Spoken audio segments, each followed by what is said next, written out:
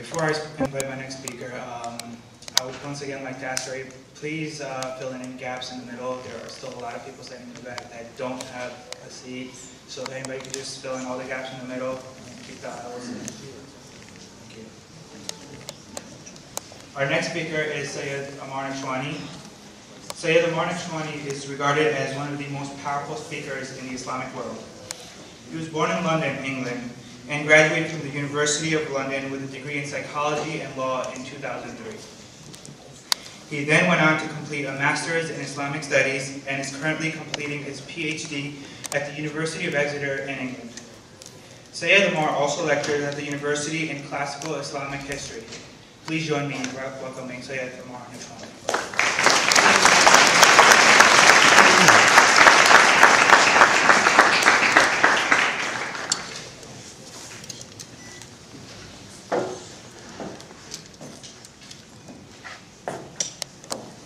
نعرہ صلوات اللہم صلی علی محمد وآل محمد نعرہ تکبیر اللہ اکبر نعرہ تکبیر اللہ اکبر نعرہ تکبیر اللہ اکبر نعرہ رسالت یا رسول اللہ نعرہ صلوات اللہم صلی علی محمد وآل محمد بسم الله الرحمن الرحيم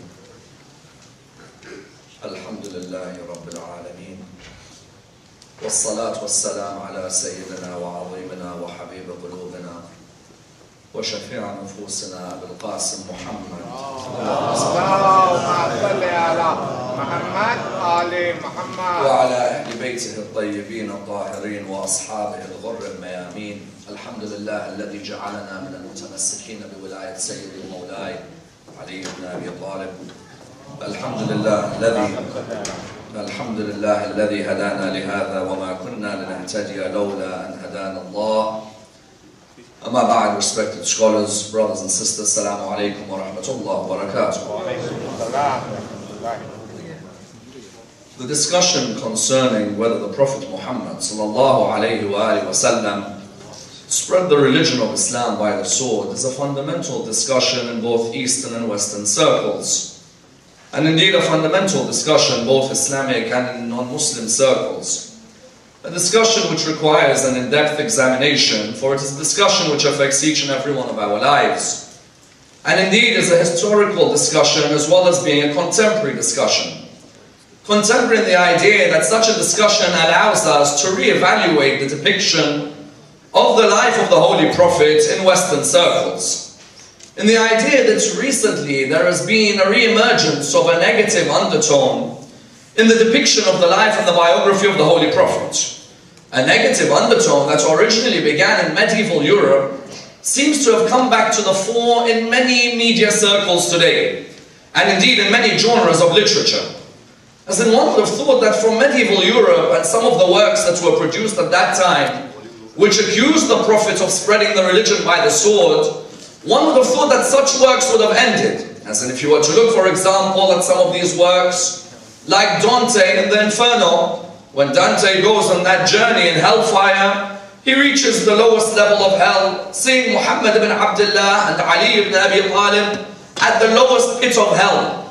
One would have thought that such works would have finished. Or one would have thought, for example, Humphrey Prideaux's depiction of the Holy Prophet, where he titled the book Mohammed the Impostor.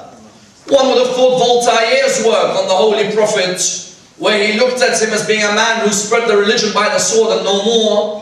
One would have thought these works would have been finished in medieval Europe and the undertone would not be there today. However, unfortunately, this negative undertone of the Prophet spreading his religion by the sword has re-emerged. In which way? You may find, as Leslie had mentioned before me, that there are certain evangelical speakers, people like Falwell or people like Vines, who came back with that rhetoric of the Prophet and the sword.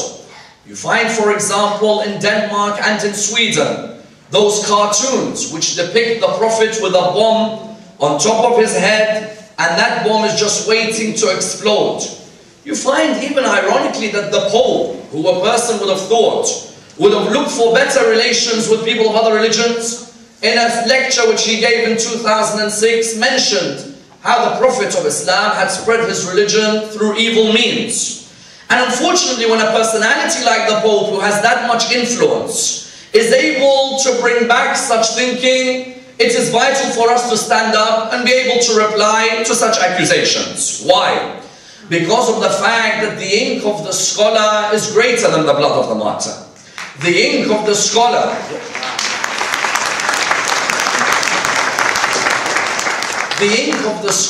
builds generations forever. And that's why you find that when these accusations have been made against our Holy Prophet, that he was a man who spread his religion by the sword, there were Muslims who burnt Bibles. But burning Bibles isn't going to take us anywhere in this world. There are Muslims who are willing to kill innocent nuns. Nuns who in some cases wear hijab better than the Muslims themselves. There were Muslims who, for example, were willing to come forward and attack other religions. This type of attitude does not build a religion, nor does it build an environment for freedom of thought. Rather, that type of attitude just worsens the situation.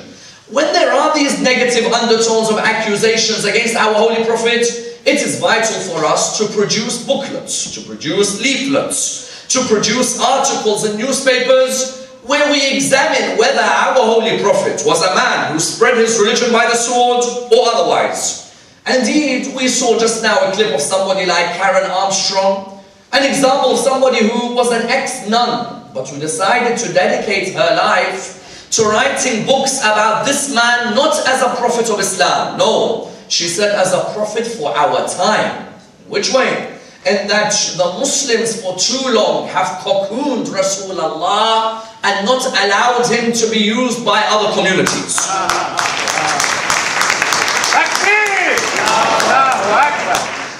Whereas it is vital for us that when Armstrong in 91 writes the book, a biography of the Prophet, in 2006 she writes a prophet for our time, it is vital for us Muslims to ask ourselves, how many books have we written about his life? How many of us have examined his biography? How many of us have gone into the depths of seerah literature to see what this man offered the world? When somebody comes and accuses our Prophet of being someone who spread the religion by the sword, it is vital for us to structure a reply, and I will offer you a structure which I hope you can take on board. And the structure takes a number of stages. Number one, did this Prophet bring a religion which sought to compel people or give them options in their choices? That's number one. Number two, he was a prophet for 23 years. But what was the difference between his 13 years in Mecca and his 10 years in Medina? And how is this difference important in understanding whether he began with the sword or began with simple speech? Number three, what was his greatest victory? Was it a battlefield or was it a peace treaty? And if so, which treaty? Number four, of that most importance, this Islamic state that he built, if you were a non-Muslim, did he place a sword near you? Or did he simply open a door for you to also worship within the state? And number five, those caliphs who preceded him, in which way did they seek to spread the message of Islam? And how did they entertain people of other beliefs within their state? Let's examine this and seek to dissect this topic in depth. On the first level, the question arises, is the religion of Islam a religion which seeks to impose itself with a sword on your neck? Or is it a religion which recognizes that compulsion only brings a reverse situation? What do I mean? If now I have a son or a daughter at home and I want to try and explain to them a concept, there are two ways I can explain a concept to them. I can either come to them and say that you either follow my concept or there's a stick waiting for you. That's the mentality of some people. And the idea that they believe the best way to get an opinion across is that you use some sort of violence in order to impose that opinion. There are others who have realized that the more you compel a person to do something, the more they say we don't want it anymore in our life. That if you were to compel a person on a rigid system, their mouth may say yes, but their heart may say no. When the Prophet brought this religion, did he see that the mouth was important in its statements, or was he more concerned that the heart first has to believe? The moment a person understands this, then they understand whether he began with a theory that was we should spread this religion by the sword or no. Why? Because Christian Europe itself mentions that the Inquisition left a stain on Christianity that it cannot remove. Because of the fact that it was either our way or the highway. Or I should say our way or the dungeons. that you either follow what the Bible says, yes, but there's an issue in Genesis which might be a contradiction. No, there is no time for your scientific contradictions. Either you follow our way, or the gallows are waiting for a person like Galileo. And you found that what happened was that in that Christian Europe, because compulsion was on top of these people, there suddenly within 200 years, Europe became a secular society. First, move the church and the state. Then after that, move the church completely. Because the people did not like the taste of compulsion.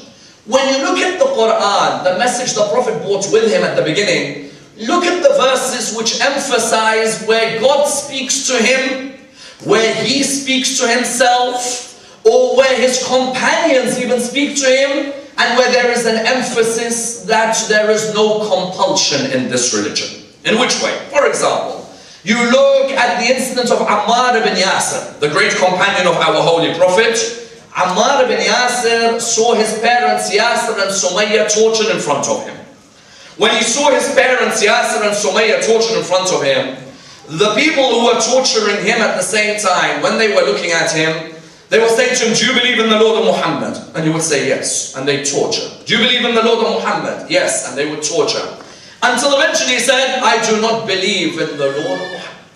As soon as he said that, they allowed him to be released. When he was released, he went towards the Holy Prophet. When he went towards the Holy Prophet, he said to him, O Prophet of God, I have said something, but my heart doesn't believe in it. He said, what is it? He said, I said that I did not believe in your Lord, nor did I believe in the message, but it's only because I was concealing my faith. It was a matter of life or death.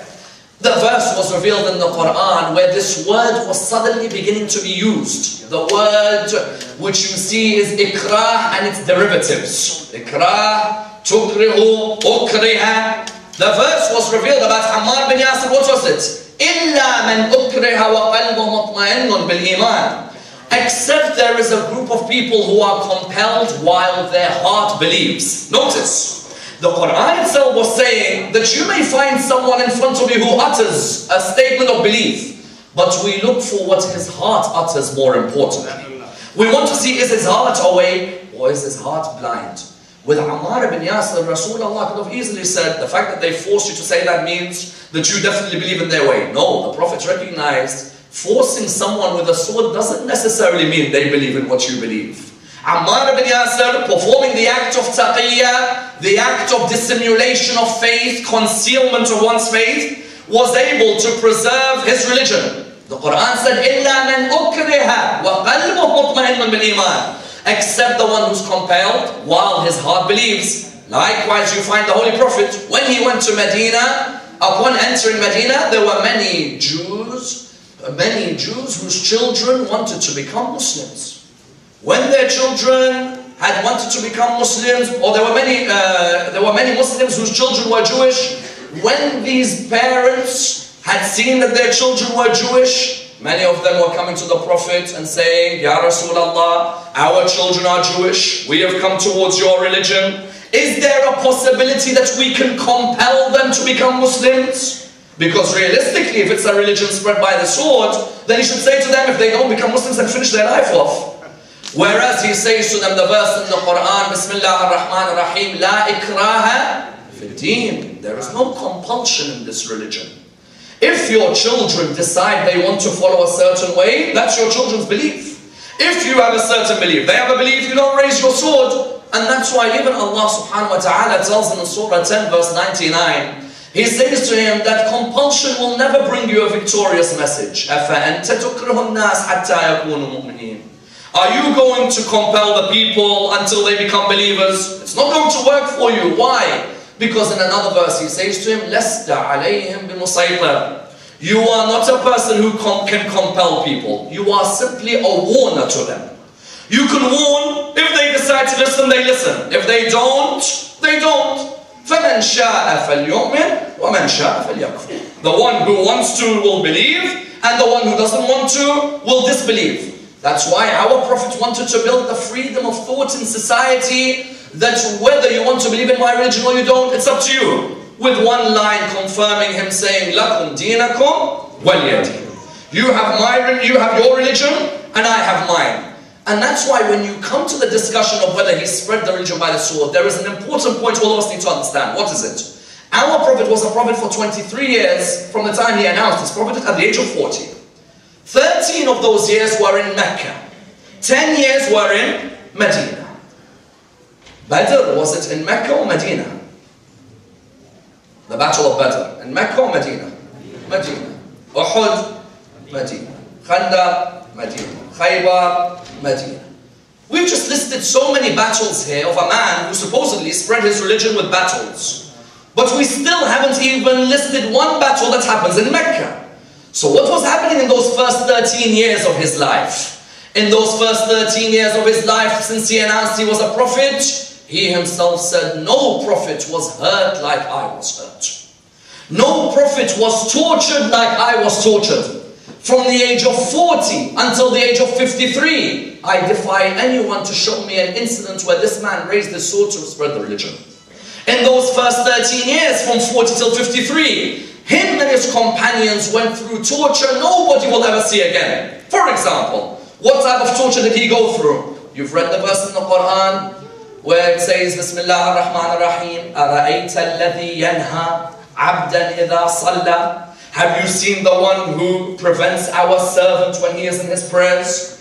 One of the narrations states that when the Holy Prophet would be in his prayer, somebody like Abu Jahl would come and throw the feces of an animal on the man while he's in his prostration.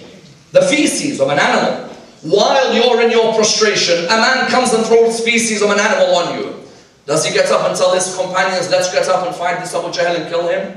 On the contrary. My companions maintain patience in this period with me. He sees Bilal, who had come from Umayyah's grand, aristocratic, luxurious house. Bilal, who had the keys to the temple of the idol worshippers. He sees that Bilal one day hears one narration stating Zayd, another stating Ammar ibn Yasir, talking in front of Hind, the wife of Abi Sufyan, saying to her that we have bought a religion where male and female are equal. And we have bought a religion where the black and the colored and the white are all equal.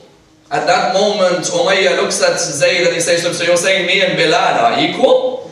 Me and Bilal are equal? He said to him, yes. He said, Bilal, pick up your whip and whip this young man in front of me. Bilal does not move.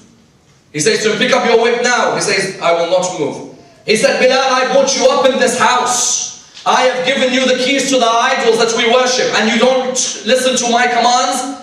He said, I'd rather listen to the command of the Lord Muhammad. And I'd rather follow his message as well. Do you know what type of torture this Bilal went through in Mecca? That's Ammar ibn al-As. And I tell you, if Ammar ibn al-As says you went through torture, then you must have gone through torture. Ammar ibn al-As himself mentions, when I used to walk past Bilal, I looked around at Umayyah and I said to him, Umayyah, isn't that enough? You've placed a big black rock on a nude body on the sands of Arabia? Isn't that enough torture? And he'd say, I'd hear Bilal say, whenever Umayyah would say to him, who is your Lord? He would reply by saying, Ahad, Ahad, Ahad. There's only one God, there's only one God, there's only one God. When Bilal was being tortured, did Rasulullah say to his commands, get up, let us fight with the sword? We don't hear about it. Number 3, Yasir and Sumayya, the first of the martyrs of the religion of Islam, the parents of Ammar. Will you think it was easy for the Holy Prophet to see these two in front of him, Abu Jahl and his group, torturing them severely, sticking a spear through the stomach of Sumayya?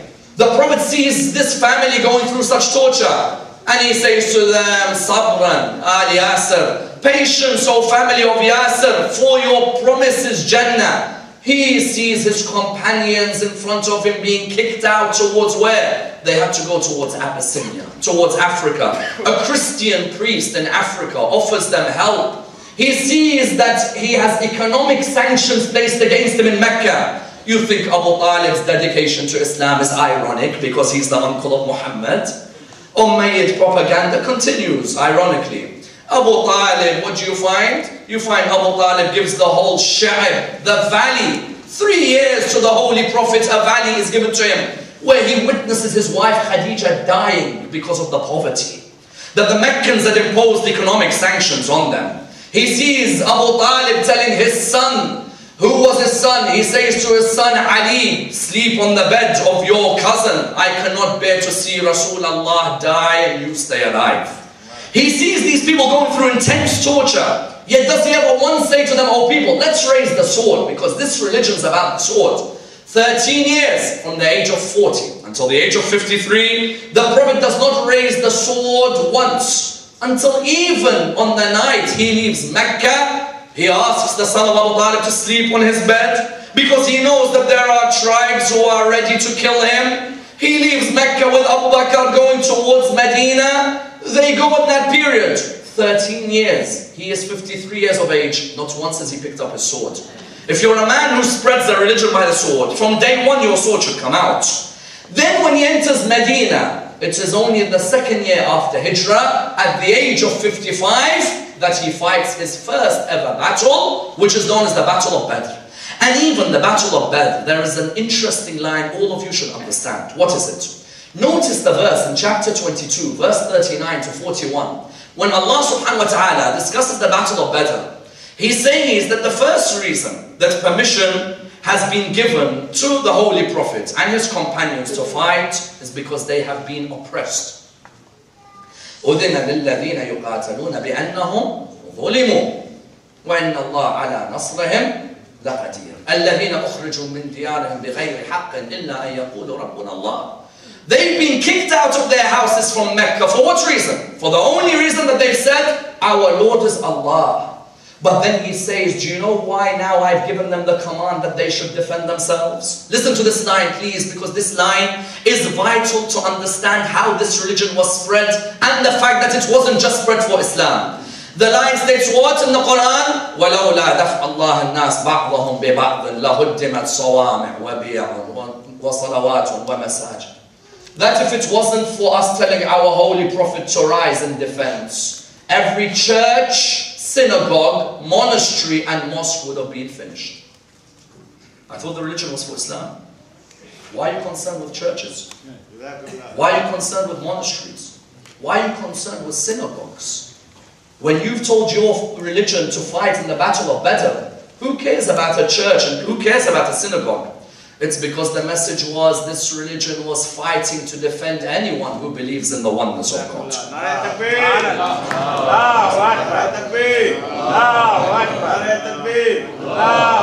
Anyone who believes in the oneness of God is to be defended in that battle. Notice therefore the first battle in the religion of Islam was when the Prophet was what age? 55 years of age.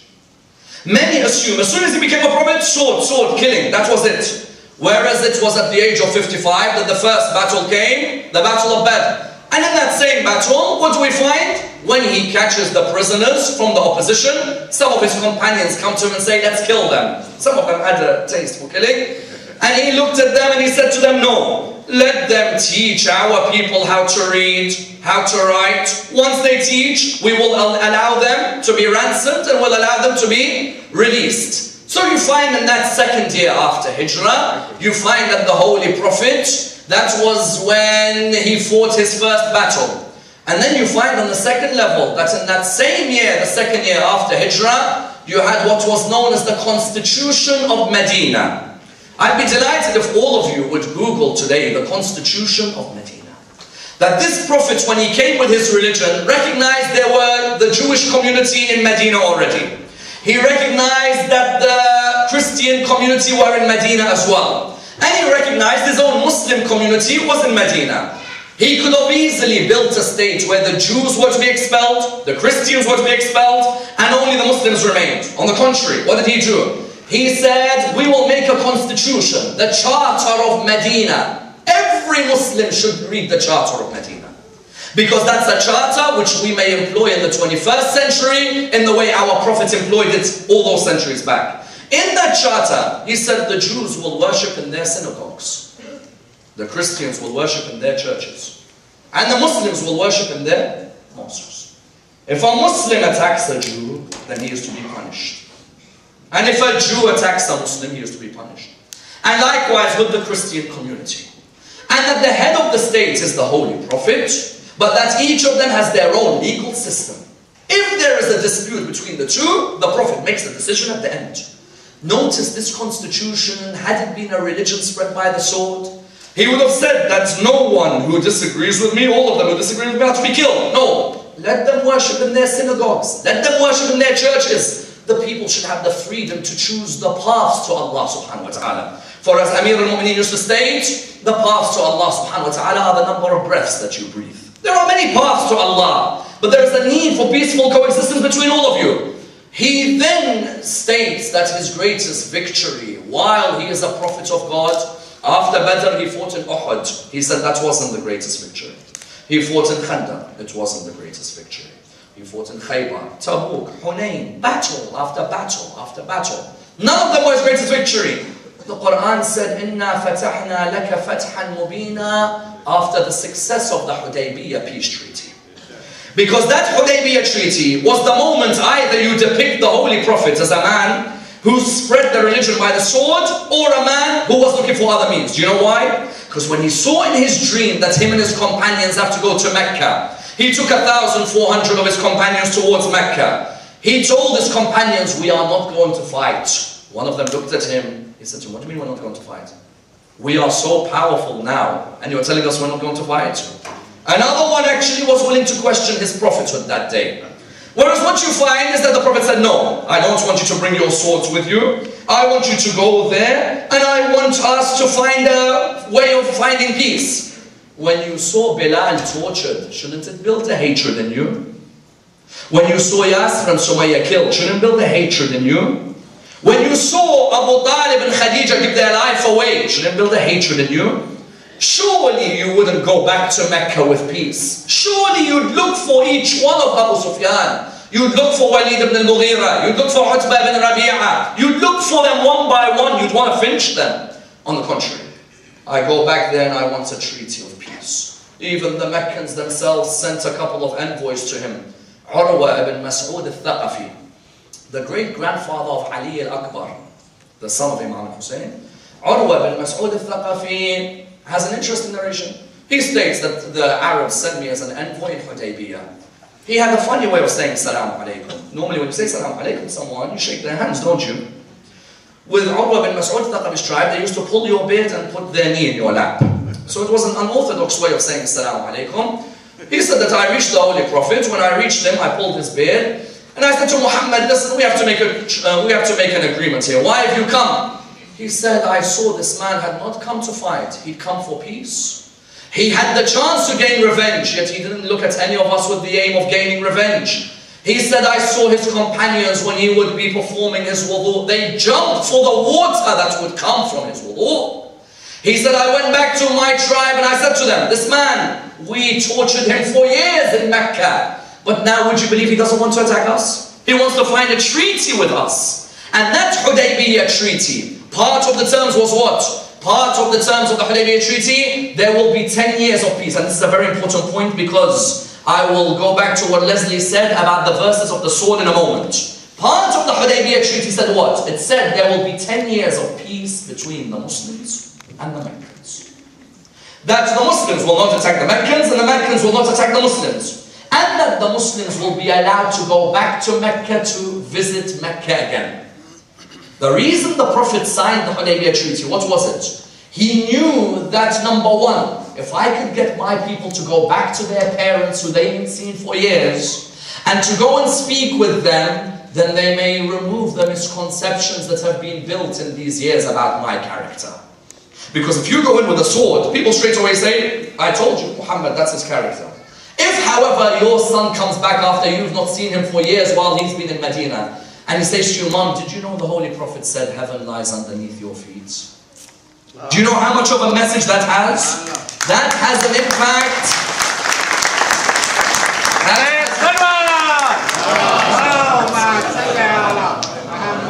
That has an impact which is greater than any sword's impact will have. Because that hadith is a sword in itself through the heart of a human being. And so what do you find? You find that that Hudaybiyah treaty, the Prophet on the second level wanted to expose these people. To say that, look at me, how many times have I made treaties with them? And watch them again, they're going to break the treaty again. Whenever we offer them peace, watch they'll break it. That's why that verse was CNN and Fox used continuously. Surah 9, verse 5. If ever you want to see Fox and what makes their day, you find that particular verse. فَاقْتُلُوا الْمُشْرِكِينَ حَيْثُ وَجَدْتُمُوهُمْ. They get someone with a deep voice. Not that, I have anything to do with that media, but they get someone with that voice. فَاقْتُلُوا الْمُشْرِكِينَ حَيْثُ وَجَدْتُمُوهُمْ وَخُذُوهُمْ وَاحْصُرُوهُم. That type of... Kill the disbelievers wherever you see them, and slay them, and surround them. And for us as Muslims, it's vital that we understand that let's not beat around the bush. I know a lot of people want to come with the diplomatic talk that we're peaceful people and loving and so on. There are a few harsh verses in the Quran. But harsh in which way? If they're taken out of context. Because verse 4 and verse 6, nobody ever narrates them on Fox. They're straight to verse 5. Okay, so what's verse 4? There is no verse 4, it just jumped to verse 5. No, tell me verse 4, I want to hear verse 4. Verse 4 says, we'll give you 4 months to try and ask for forgiveness for what you've done. Because you've got to be some arrogant individual for 4 months and you're still like, so we killed one of your tribes, what are you going to do about it? Sure. Because when you've got them killing the Banu Bakr, killing the Banu Khuza'ah, and still there's no remorse. But we made a 10-year peace treaty, we're not going to kill each other. No, we killed you. Okay, we'll give you 4 months. Think about it. In one ear, out of the other. Then what does verse 6 state? Verse 6, after kill the disbelievers wherever you see them. Verse 6 says, but if any of the polytheists come to ask you about Islam, then have open ears and teach them about Islam. Why? Because of the fact that some of them don't know about Islam. They've been given the wrong info. If you go and kill someone who doesn't know about Islam, it's not fair. Maybe if someone comes up to you and says, listen, I've heard things about you, but what you hear in the ears, as Imam al-Hassan used to say, there are 4 fingers between what's right and wrong, between the ears and eyes. What you hear in the ears must be verified by the eyes. I heard about you, but I want to see it in my own eyes. The Quran said, if any of them come and say that to you, listen to them. Open your ears for them. Notice how Fox sticks on verse 5, but doesn't show that on the contrary. Verse 5, its context is because a 10-year peace agreement has been broken by an ambush in the middle of the night in Mecca against innocent Muslims. And so then you find that this Holy Prophet establishes his state. When he establishes state, there are Christians. And the Christians are wondering, can we live in Muhammad's state? If this was a prophet who spread the religion by the sword, he would turn around to them and say, I'm sorry, your different theological opinions to ours means that there is no way that you can reside within our state. Whereas what does he do? He sees the Christians of Najran who come on the event of the Mubahala. They come and ask him, oh Muhammad, what's your opinion about Jesus? He says, we believe Jesus is a prophet of God. He asks them, what's your opinion about Jesus? They say, we believe he's the son of God. Why? Because he didn't have a father, so he must be the son of God. To which the Quran replied, إِنَّ مَثَلَ عِيسَى عِنْدَ اللَّهِ كَمَثَلِ آدَمَ. The example of Jesus in the eyes of God is in the similitude of Adam. Did Adam have a father? Did Adam have a mother? So who should be the son of God? When they disagreed with this, they said, we'll come to a mubahala. What's a mubahala? A mubahala is when you have so much confidence in your faith that you are willing to say, let God curse whoever's wrong.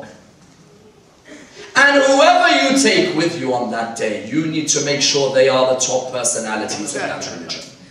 So the Quran set forward who should go. The Christians had their priests already. The Quran set forward Surah 3 verse 61. فَمَنْ حَاجَّكَ فِيهِ مِنْ بَعْدِ مَا جَاءَكَ مِنَ الْعِلْمِ فَقُلْ تَعَالَوْا نَدْعُ أَبْنَاءَنَا وَأَبْنَاءَكُمْ وَنِسَاءَنَا وَنِسَاءَكُمْ وَأَنفُسَنَا وَأَنفُسَكُمْ ثُمَّ نَبْتَهِلْ. The Quran said, we'll bring our sons, you bring your sons. We'll bring our woman, you bring your woman. We'll bring ourselves, you bring yourselves.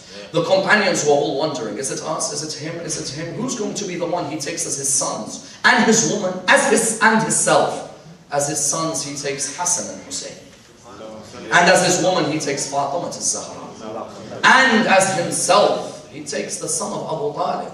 Clearly, as himself, he goes towards that incident. When the head of the Christian priesthood looks at them, he turns round to his faith and he says to them, The amount of light that shines from these 5 spaces, if it told a mountain to move, the mountain would move from its place.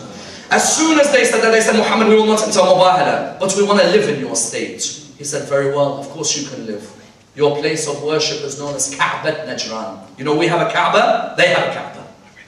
Ka'bat Najran, your Ka'bat Najran is yours. People can come and visit. All I ask from you is one thing. What is it? He called Ali ibn Abi Talib. He said to him, Ali, come and write the treaty. Ali came. He said to him that they have to pay a jizya, a tax. Once they pay this tax in the state, then we as the Muslims are obliged to defend them from outside forces. They don't need to come out on the battlefield. A non-Muslim in your state, and you're obliged to defend him? If you're a man who spreads the religion by the sword, you should not have any idea for these people, nor any opinion for them. So he says, what's the tax? The Prophet says, in the month of Safar and the holy month of Ramadan, you give some clothing away towards the poor. When you do this, you live within the state in peace. And therefore he sought to build the state in this way. And that's why when you look at the caliphs after him, you'll find that the caliphs after him resonated this position as well. As in, those of you who've read Umar's document, Umar ibn al-Khattab's document, when they went into Jerusalem, where he welcomed the Christians to continue to worship in their churches. If you look at Ali ibn Abi Talib, while Ali ibn Abi Talib was Khalifa, you find Ali ibn Abi Talib on one occasion, a Christian took Ali ibn Abi Talib to court. The Khalifa of the Muslims is taken by a Christian to court. Why? Because Ali sees his shield. He says, that's mine. The Christian says, no, that's mine. When he takes him to court, the judge says, Ali, do you have your witnesses? He says, no. One narration says he had his sons, but the judge says, they can't be. He says to the Christian, very well, then you are the one who is allowed to have this case. You know when the Christian left the court, he stared at Ali ibn Abi Talib. Ali ibn Abi Talib turned around and said, why are you staring at me? What's wrong? He said to him, today I've seen God's justice on earth. Why? He said, I'm a Christian. I live in an Islamic state. I have taken the Caliph of the Islamic State to court. The judge has given a decision against the Caliph and I've walked away without fearing for my life. In other Islamic states later on, unfortunately, certain people changed this particular concept. Whereas Ali ibn Abi Talib wanted to establish when he was Khalifa, what was it? That even though you're a non-Muslim, you can live with freedom of belief in this country, in this state. And that's why you find that he himself in Nahj al-Balagha has that line where he states to Malik al-Ashtar, O Malik, know that people are of 2 types. They are either your brothers in faith or your equals in humanity. Look at that.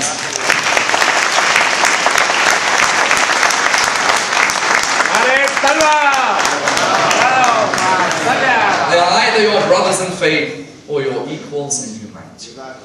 I'll leave you with one story from the time of Harun al-Rashid, the Khalifa, when Bahlul was alongside.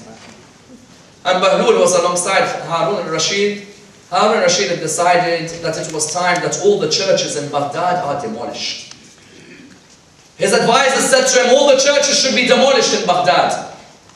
At that moment, Bahlul said to him, why do you want to demolish their churches? Don't they all worship God as well? He said, yes, but the way they worship is different to us. We should demolish all the churches. So they were all sitting down. They were laughing. They said, Bahlul, why don't you read Surah Al-Fatiha for us? They used to want to mock him. Bahlul began reading Surah Al-Fatiha by saying, Bismillah ar-Rahman ar-Rahim. Alhamdulillahi Rabbil Muslimin. Ar-Rahman ar-Rahim. Maliki yawmiddin. At that moment, Harun Rashid laughed with his companions. He said, look at him. He can't even recite Surah Al-Fatiha properly.